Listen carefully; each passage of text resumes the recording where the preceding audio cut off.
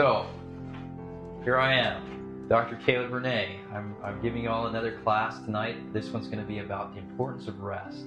I want to tell people how they can get a whole video series.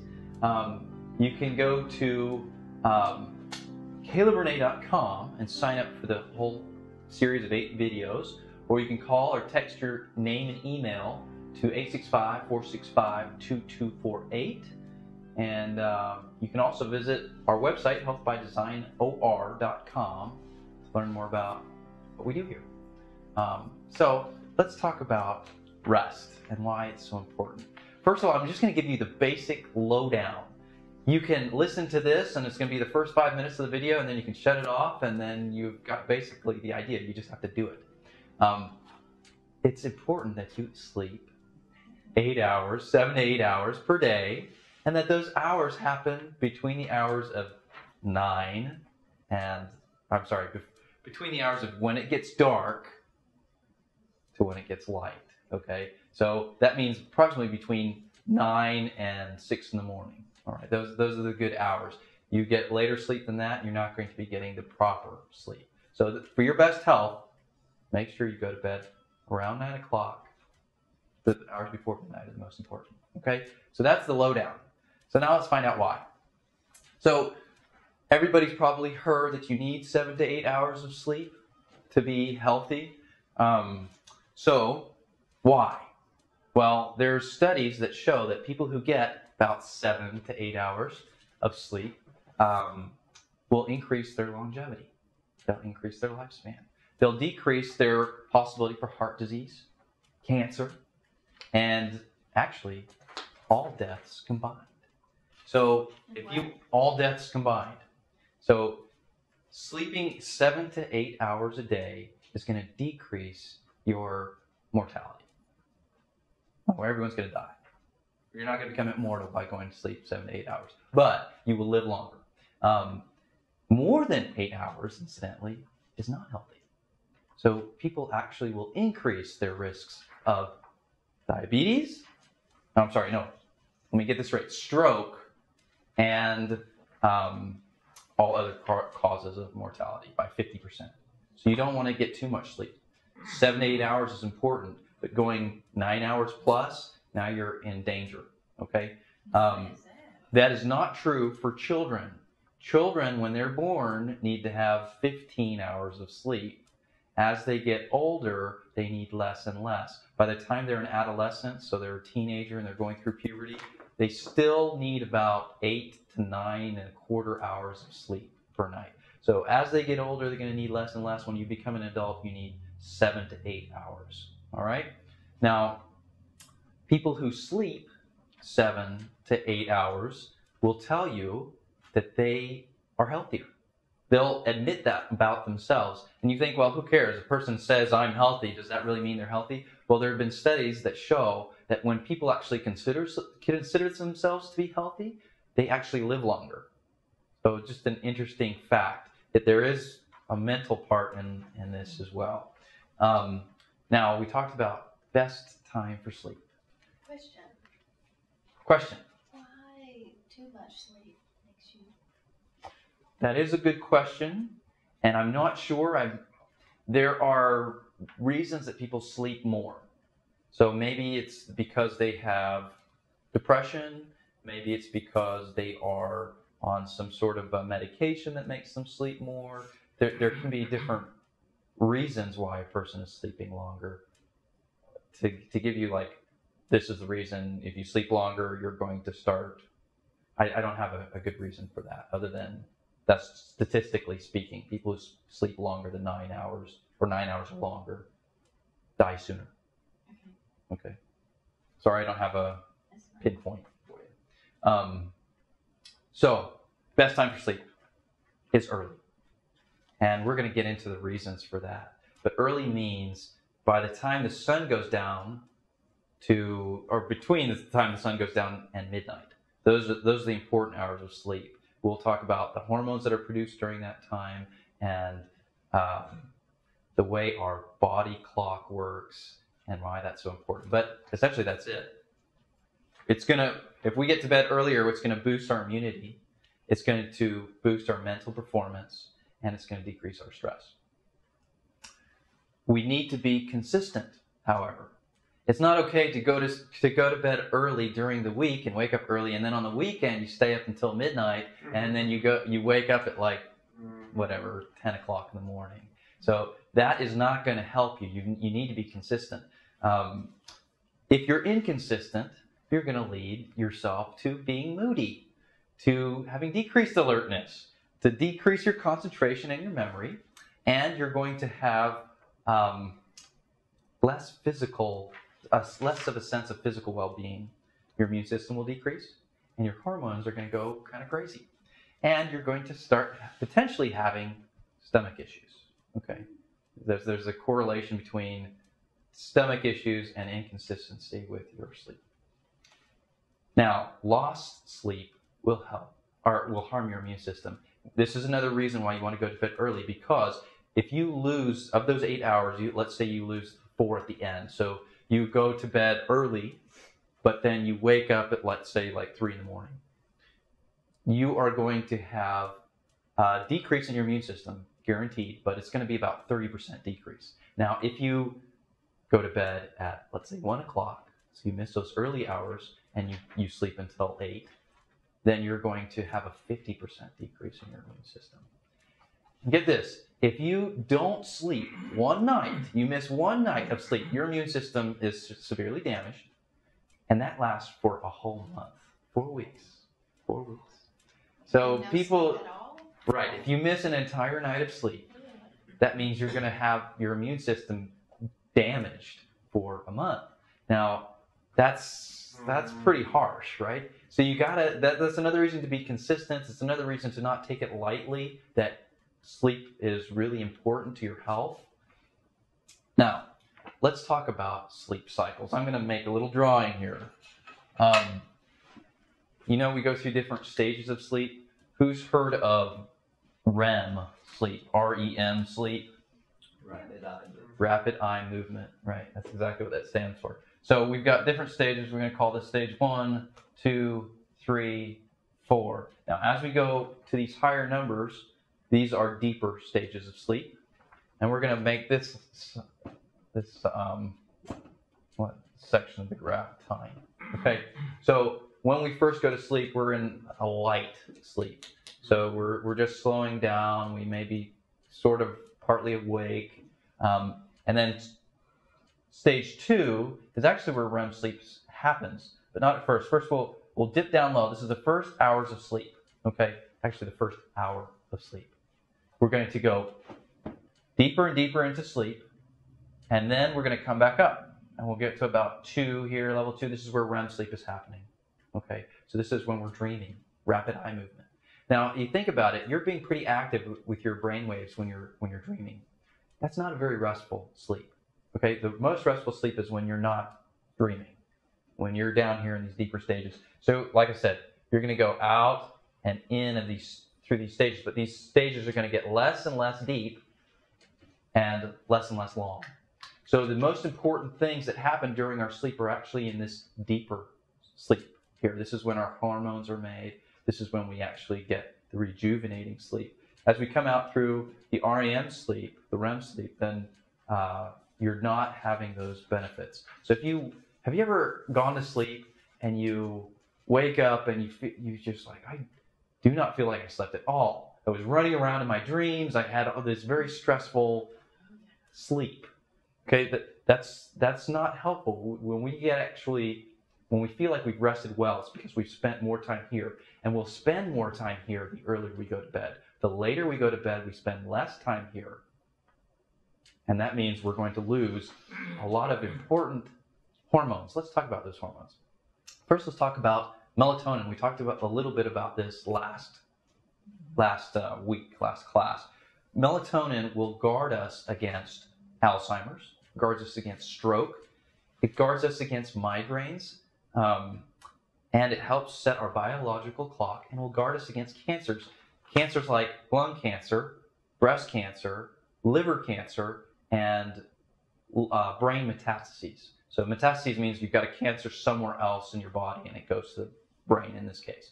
So Melatonin will guard us against that. So it's very important. We need that melatonin. Like I said, it's setting our biological clock. That means we actually know what time it is to wake up, or what our body knows when to wake up and when to go to sleep. All right. So if we're not consistent and we're not getting this deep sleep that where melatonin is most released, then we're going to miss out on keeping a consistent sleep pattern, which leads to those other things. If we're inconsistent, remember the other things that happen with that. Now, So say it again. It protects against Alzheimer's, stroke, migraine. You know, That's all the melatonin. That's melatonin. Yeah, that's melatonin. Now let's talk about another hormone that's made in these deeper areas of sleep, and that's ghrelin. Ghrelin. I think of gremlin when I say this. Ghrelin. All right, ghrelin is a hormone that makes us feel hungry. Okay, so we actually start producing more of this if we don't get enough sleep. So you can see where that's going to lead. Then there's another hormone. It's called leptin. Now this makes us feel satiated. Makes us feel like we've had enough to eat. It decreases our appetite. And this is produced less if we miss sleep. All right. So what do you think is going to happen? We're not getting enough of these hormones. If we don't have enough ghrelin, we're going to increase our appetite. If we don't have enough leptin, we're going to feel hungry. So we're getting hungrier, and we're not feeling satiated. So we're going to eat. And that's part of the reason why at night, if you start staying up a little bit later, you start getting hungry. And then you eat, and then you're not going to sleep very well. We talked about that, and we're actually going to talk about that more in a minute. There's another hormone that happens in these deeper stages of sleep, and this is human growth hormone. I'm just going to put it this way, HGH, human growth hormone. Now, human growth hormone, when we're children, is what makes us grow. When we're adult, it's what gives us these giant muscles. And when we are sleeping and we're getting this human growth, actually, it's not just when we sleep. We actually make it during the day too. But the biggest spike of when we make that is during the first hour of sleep and this deeper stage of sleep. And it will heal. It will heal damage to cells. So that's why I talk about sleeping being so important, because from my perspective as a doctor, I'm wanting you to heal. So I'm going to tell you, you need to sleep, and you need to sleep well, because that's how you're going to heal well. Well, growth hormone has a major part to play in your healing. You know, you've heard of restful, rejuvenating sleep. Think about that word rejuvenating. What is the base? Re and then juvenate. What is juvenate? What is the base word? Youth. Yeah. You're juvenile. You're becoming juvenile again. You're rejuvenaling. You're I don't know how good that sounds on camera to be juvenile. Anyway, you're rejuvenating. You're keeping yourself younger, longer. That's human growth hormone, which is the best. Well, one of the most consistent times where we make that is the first hour of sleep, when we get into that deep sleep. All right. So we talked about already how if we will miss one night of sleep, it will decrease our immune system for a month. Well, if we chronically are missing sleep, we are going to increase our risk of diabetes, high blood pressure, obesity, heart disease, and C-reactive protein. Has anybody heard of C-reactive protein? C-reactive protein is a marker that lets us know when we have inflammation going on in our bodies. So somewhere in our bodies we're having inflammation, and inflammation leads to illness. Okay, so I think we talked about this on our very first class when we talked about nutrition.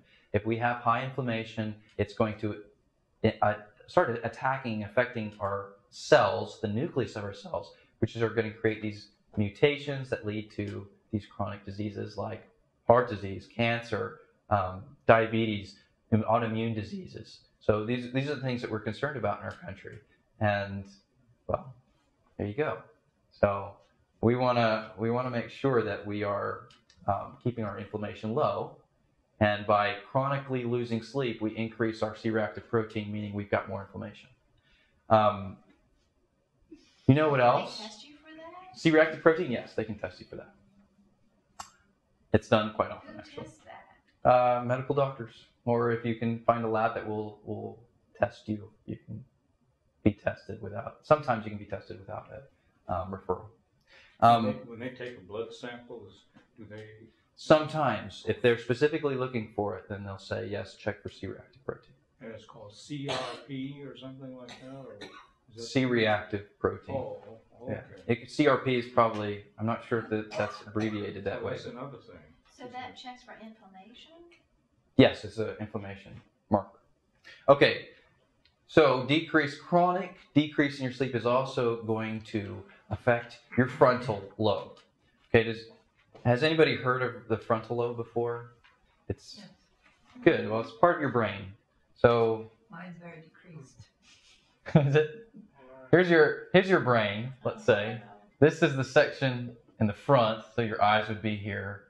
The section of the front is your frontal lobe, and your frontal lobe is in charge of important functions like your concentration, your higher reasoning skills, all right, planning, and your motor performance. So this area of your brain is basically what makes us human. So it's pretty important. If you're not getting enough sleep, you're decreasing your ability to use this frontal lobe. So your attention span will be decreased. You will be unable to think quickly, react quickly, and you'll be unable to multitask. Okay, what does that sound like? Me? Oh, really? Chronic fatigue. Chronic fatigue. Yeah, like I'm having trouble. You're talking so fast, I can't keep up with all this. Okay. So I must not have had enough sleep. Yeah, you must not have had enough sleep because you can't concentrate. Or you gotta slow down. All right, I'm going to slow down and say this. You're not being able to react quickly. You can't multitask. You can't concentrate. What is this sounding like? Almost like a drunk person or something. Almost like a drunk person. Yeah, that's right. Alcohol affects the same part of your brain, frontal lobe. So when you have a little bit of alcohol, all right, you're on film. All right, so when you have alcohol, you're having the same effects. It's decreasing your reasoning ability. It's decreasing your ability to coordinate your movements. You can't concentrate very well. You may not be. You may do things that you otherwise your better judgment would tell you not to do. Well, the same thing happens by not sleeping enough. Now, what is going to happen when you're out there on the road at around 9 o'clock at night and people are driving around under the influence of not enough sleep? It's just as bad as having had a couple drinks. And by the way, what happens if someone who's already not sleeping very well has a couple drinks? Right. Now that's increased quite a bit. Actually, if you were to be lacking sleep chronically and you were to have one drink, it'd be like having 3 or 4. So that's how much it affects you. So this is important. Getting enough sleep is important. So let's talk about ways to prepare to get enough sleep. Now this is where your handout comes in. There are things you need to do during the day to get ready to sleep well. So we're going to start with, first thing, see the sunrise. We talked about this before. You will start these processes going on within your brain, within your nervous system that will get your circadian rhythms going. And the same thing happens at night when the sun goes down. So it's important that we see sunlight during the day. Great to see the sunrise if you can. Good. Get enough sunlight during the day. That's going to help you sleep well. And when the sun goes down, start getting ready to slow down and go to bed. We'll talk about that in a second. Get plenty of sunlight. Get plenty of fresh air. Remember how we talked about this in the environmental class? That it will decrease your stress. It will give you more, sense of good well-being. It'll help you relax. So those things are important throughout the day too, to get you prepared to go to sleep. Getting regular physical activity. if you wear yourself out during the day, it's going to be easier to go to sleep, right? So get regular physical activity during the day so you're ready to go to bed when it's time. Here's an important one. You want to finish your last meal 3 hours before going to sleep. And that meal should be light if you're going to have one at all. So what does that mean, light? It means easy to digest. So what would be a good example of a light food that would be easy to digest some 3 hours before you're going to go to sleep? White salad or White salad is good. How about this? What would be a bad example? What would be something that you would not want to eat? Or something crazy. Yeah, pizza. Let's say you had pizza and it has a lot of oil on it and it may have some pepperoni on there. So protein's really difficult to digest. So you want to make sure that whatever you have that evening meal, it should be something light like salad, fruit, maybe some sort of popcorn or something whole grain, cereal, for example. All right. By the way, we talked about melatonin, your body makes it. Well, there are foods, and I just learned this, so I'm happy to share it with you. There are foods that have melatonin in them. 3 of them are bananas. Great. Yeah, bananas. Cucumbers and tomatoes. nice. Yeah, Oh, okay. those are all good things. So maybe those you can put in with your evening meal, and that will help you make some melatonin, help you feel more rested. Okay, bananas, what else? Bananas, cucumbers, and tomatoes. All right, we talked about being consistent. It's really important to be consistent in when you go to bed and when you wake up, even on the weekends. All right, don't go to bed angry. You've heard that before, and that's because, well, there's lots of reasons why not to go to bed angry, but basically, in this instance, we want to make sure that you are not stressed when you're laying in bed thinking about all the things that you should have said or all the things that you wish you hadn't said. Just make sure to resolve conflict before you go to bed and help you get a better night's sleep. Do something relaxing 20 minutes before bed. So that's different for everybody. Sometimes people kind of wind down by reading a book or listening to soft music or meditating. Whatever that is for you that helps you relax. Do that about 20 minutes before you're thinking, I want to be asleep. All right? I put here, minimize poisons. We're going to review this. We talked about this the first day. Poisons are anything that is harmful to us. So we're going to talk about caffeine, tobacco, alcohol, and medications. Now, I'm not telling anybody to get off their medications. You got to do that yourself with your doctor. But you need to know that medications can create, a lot of medications will stop you from sleeping well. Alcohol, while it helps you sleep well at first, will actually wear off and make you wake up in the middle of the night, oftentimes. So then you don't get really restful sleep. Tobacco and caffeine are both stimulants, and obviously you don't want a stimulant if you're trying to go to sleep. All right. Sleep primarily at night. You can use naps to help you recover from lost sleep. But if you do that too often, you're going to rob yourself of night sleep. And the night sleep is when we're getting into these hormone building activities here with the deep sleep. So it's important that we have early night sleep. But if you need to, take a nap, and the best times for taking a nap are during the common siesta times in certain countries like, I didn't know that Norway does this too, but South American and Central American countries, they'll take a siesta. And that happens after lunch. It's a normal part of their day. Well, between 2 and 4, you should only sleep, by the way, for about, I'm going to say between 10 to 30 minutes.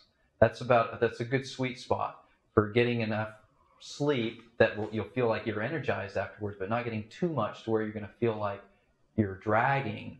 Has that ever happened to anybody where they took a nap that lasted 2 or 3 hours and they wake up and they're like, oh, I feel awful, and then maybe they don't sleep well that night? So anyway, try to make sure that nap happens between 2 and 4 and you won't rob your night's sleep. Okay? And finally, number 10 here, take a hot bath. That can help you. This is a hydrotherapy. You can take a hot bath about an hour and a half to 2 hours before you're going to go to bed. And when you get out, then it actually cools down first you'll heat up your core, and then it'll cool it down as you come out. And that'll that change in your metabolism kind of wears you out in a way. It gets you ready to go to sleep. Okay?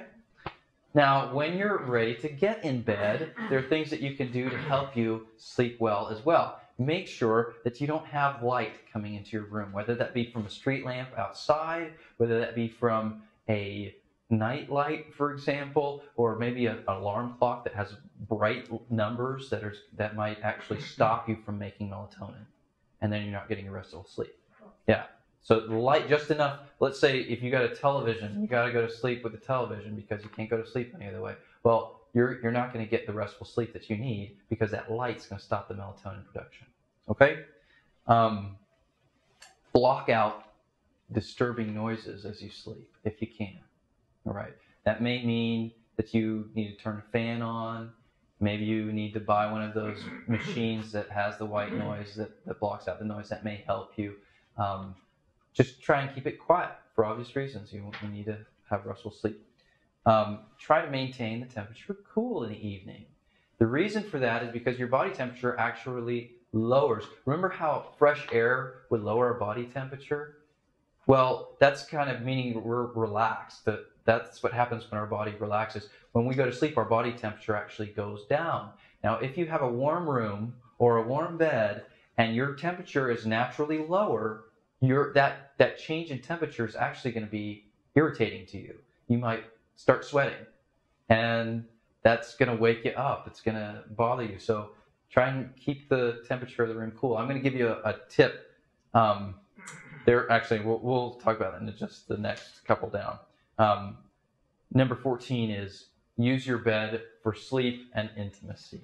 Okay, if you have somebody to be intimate with in your bed, that's the place for that. When you are using your bed as a desk or as a place that you eat or a place where you have arguments with your spouse, those things are going to come up to mind when you lay down in your bed. You're going to start thinking, well, my bed is now a place where I do my taxes, and that may stop you from sleeping very well. So try and maintain the bed for sleeping and intimacy. Okay. Circulate fresh air. Now I was going to talk about this in regards to keeping your room cool at night too.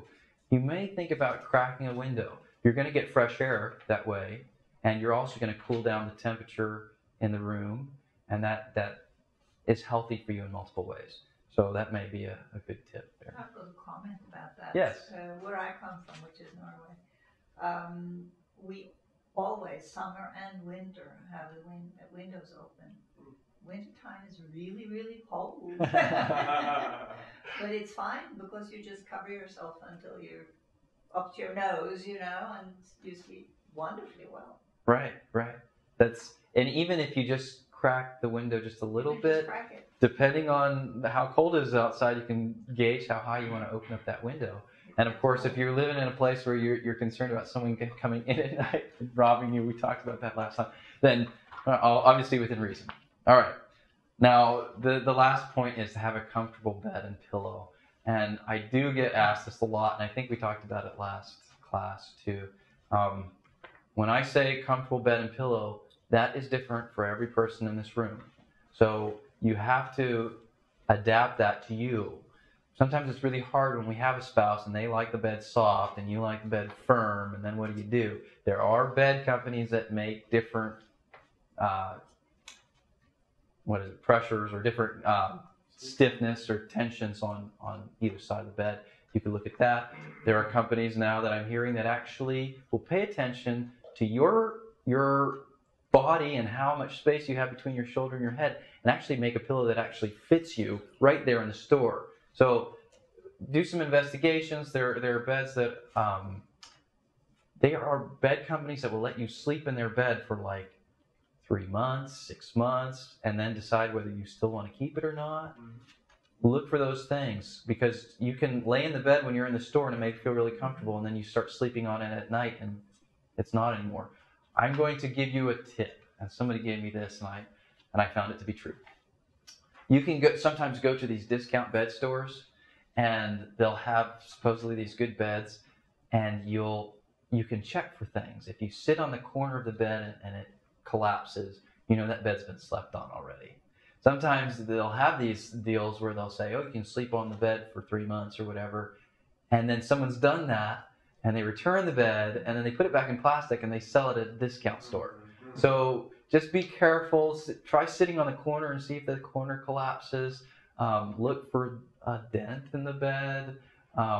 Just pay attention to that. You want to have your own bed that you've created, your own dent that fits you, right?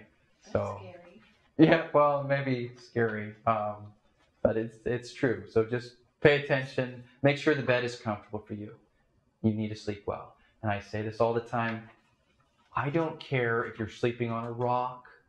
I just want you to sleep. If it's comfortable for you, sleep. This is when you heal. This is how we stay younger, how we live longer through our sleep. So put it with the importance that it deserves.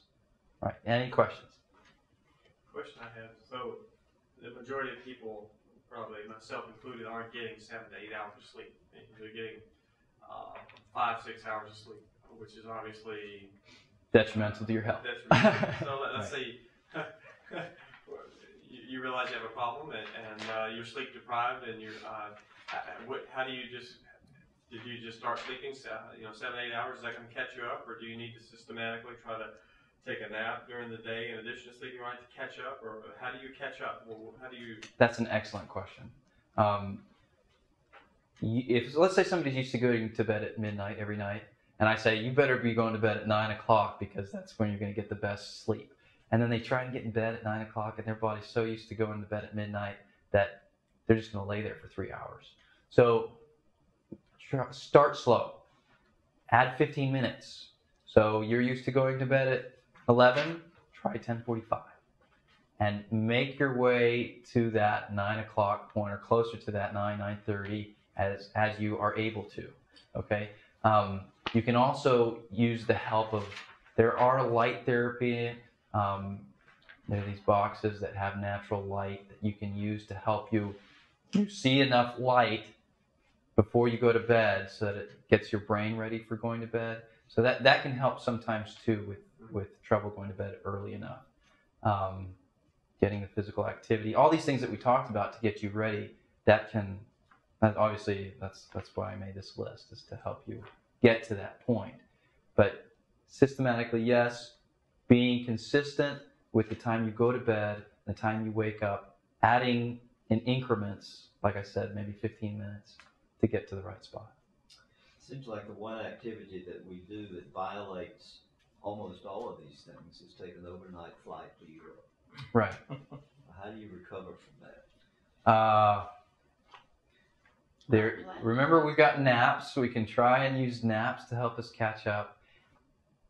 The problem is being consistent, and you've just changed your world when you go across the country. So you've got to, once you get there, try and be consistent. Remember, I went to Spain and they said, don't go to sleep. Whatever you do, wait till it gets dark and then go to sleep then. And that is helpful. You may need a nap for the next couple of days. The nice thing about Spain is they take naps. So anyway, that's what I would say. Try and gain a consistency. If you're only going to be there a short time, you're just going to be a wreck. Unfortunately, when you get back, that's jet lag. So yeah. if you are not producing melatonin on the way over, maybe melatonin supplements might be helpful. For bananas and tomatoes and cucumbers. Exactly. Yeah. Yeah. Okay. Yeah, that may be helpful. Okay. Yeah, melatonin's fairly safe at first, but it starts wearing out because all hormones, you start playing with your hormone levels and your body will change how it's making them. So you want to be careful with that. That's why I point you foods, because it's much better with foods. Yeah, it's a lot safer. So it doesn't matter what time of day I'm you sorry. eat those? What time of the day you eat those? Well, if you're wanting to, melatonin is released throughout the day. There are just times where it's released more. So, like I said, if you're having trouble sleeping, melatonin does help you feel more rested. So maybe that'd be your evening meal and that help. Otherwise, they're good foods to eat anytime. I heard some other voices. Yes. I've noticed probably on a rare occasion, quite frankly, maybe just 3 or 4 times a year, I'll wake up in the morning and perhaps I've done the majority of these things and didn't realize it, but you wake up and you're like supercharged, you're totally refreshed. You're like, wow, I must have slept so good. Yeah. What do you attribute that to? Did you just happen to all the stars line up? You did everything right for 2 or 3 weeks, didn't realize it, and maybe you just got to a point where you really did have enough sleep? Maybe it just happened that day. Maybe you were really busy and you were exhausted and you got in bed early and you got the right deep stage 4 sleep and you made the hormones that you needed. Or maybe it was a cumulative effect. I can't tell you for certain, but I would say you probably did a lot of the right things that we were talking about today. Yes? I heard Dr. Oz say that taking an over-the-counter supplement for melatonin, he's like saying that's so much more times than your body naturally makes, and he was concerned about that. Well, that's what I mentioned. Hormones in general. Melatonin is a hormone. And your body makes hormones, but it makes them on a negative feedback loop. And what that means is when your blood shows that you've got a certain amount of hormone, whatever organ that produces that hormone will shut down. So it'll stop making that hormone. Now you start taking in extra hormone, and the organ that was producing that hormone before starts to waste away, stops working. So you're potentially creating damage to yourself in the future. So don't take melatonin supplements. Like I said, it's kind of safe at first, but your body will adapt to it, and it'll stop having its effectiveness. So do we decrease that as we get older? Do you decrease your production of melatonin? Yeah, that's a good question. You probably do because you're sleeping less. So They say when we get older, we sleep less. But You do. Like, that's when you want it the most. well, you You may don't feel good. not be getting good sleep. When we're young, for some reason, we're resilient and we're able to stay up all night and party all day and party all night, and like I said, that happens to go away as we get older. Our body doesn't jump back as quickly. As your frontal lobe develops. Right, as your frontal lobe develops. That's right. So, any other questions? All right, it's a quick one. What about natural? What's the topic You know for what next I mean? week? I've tried stuff to help me sleep. You know, like natural stuff, but they give me nightmares. You know what I'm talking about? Like natural stuff, like herbs or whatever, but it gives me nightmares. I'm not sure. You'll see the list that I made here has no herbs listed there. I'm sure there are herbs that might help you go to sleep. I have bottles of them. Yeah. Oh, I'm And sure they they don't. exist. There are all kinds of They're things that expensive. lack of sleep is not a new problem. It's not something that's not happening.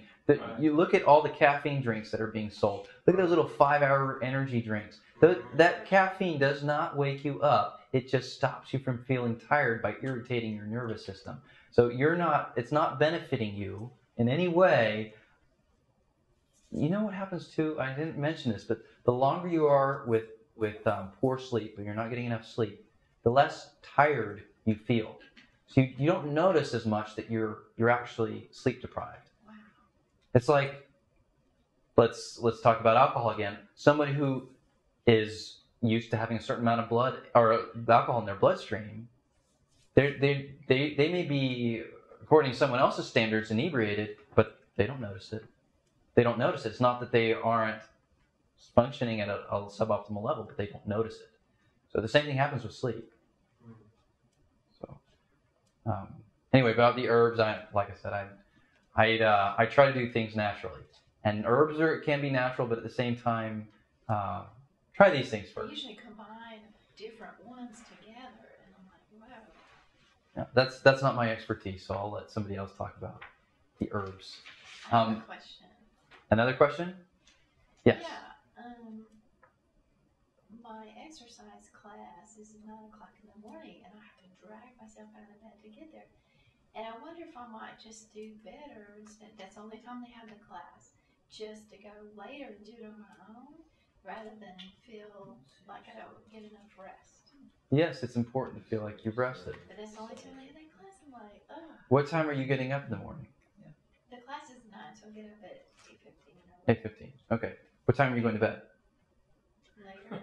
See, that's the more important part. Remember, it's more important to get those hours in the early evening than it is to get the hours in the later morning, right? You're improving your immune system by going to bed earlier. You're hurting it less by missing the early morning hours than by missing the late or the early evening hours. So try and go to bed sometime between 9 and 10, and then you will automatically wake up earlier. But like I said, we can do that incrementally. You can start adding 15 minutes earlier that you're going to bed, and then add 15 or take away 15 minutes so you're waking up early in the morning. But you missed Jay Leno. So. Yeah, you can record it now, right? Right. All this Right. fancy technology. But that's the time they have all the big classes going on. I'm like, Well, 9 o'clock really should not feel that early. Right. You should feel like I'm waking up at 6 o'clock because that's when the sun's coming up. In the summertime, obviously. But you should, if you're going to bed at like, let's say 9:30, you may be up at 5 and you could be really just ready to go. I know, it's crazy. But you have to start to get bed earlier for you to experience that. It does happen. It does take time. I don't know, but it seems like you want to wind down and you simply could do stuff all day, and so my time at night is to do something I want to do. So that's why I stay up later. You know what I mean? Yep, and I tell people all the time, go to bed earlier and wake up earlier. So people say, students, for example. I'm going to tell you my story. When I was a student, I was in chiropractic school. We had 21 hours of credits during the week, or during the semester. That was a lot. We were in class from about 8 o'clock until around 6 o'clock, and then you got to do your studying. So what I would do is I would read it. I'd try to read ahead of time the night before, and I'd be in bed by around 9 or 9:30. And I would wake up in the morning, and I was ready to go, and I'd pay attention in class, take my notes. When it was test time, and I know not everyone's going to be like this, but when it was test time, I felt like I was on vacation because I didn't have to go to normal classes, and the test was only as long as I took to take it, and then we'd have some time in between because everyone was cramming. Well, people would stay up super late at night trying to study, and I'd be going to bed still, 9 o'clock at night. I'd wake up in the morning. I may have reviewed my notes a couple times, if that. Take the test, usually the first one out of the test. Remember, your concentration is improved if you've slept well enough. Your memory is improved if you slept well enough. So school was easy. People hated me at test time. I was like ready to go on and do stuff, and they wanted to be studying all night. And their test scores showed that, and mine showed that. Not bragging on myself, I'm just saying, the better you sleep, the better you are at everything else in life. So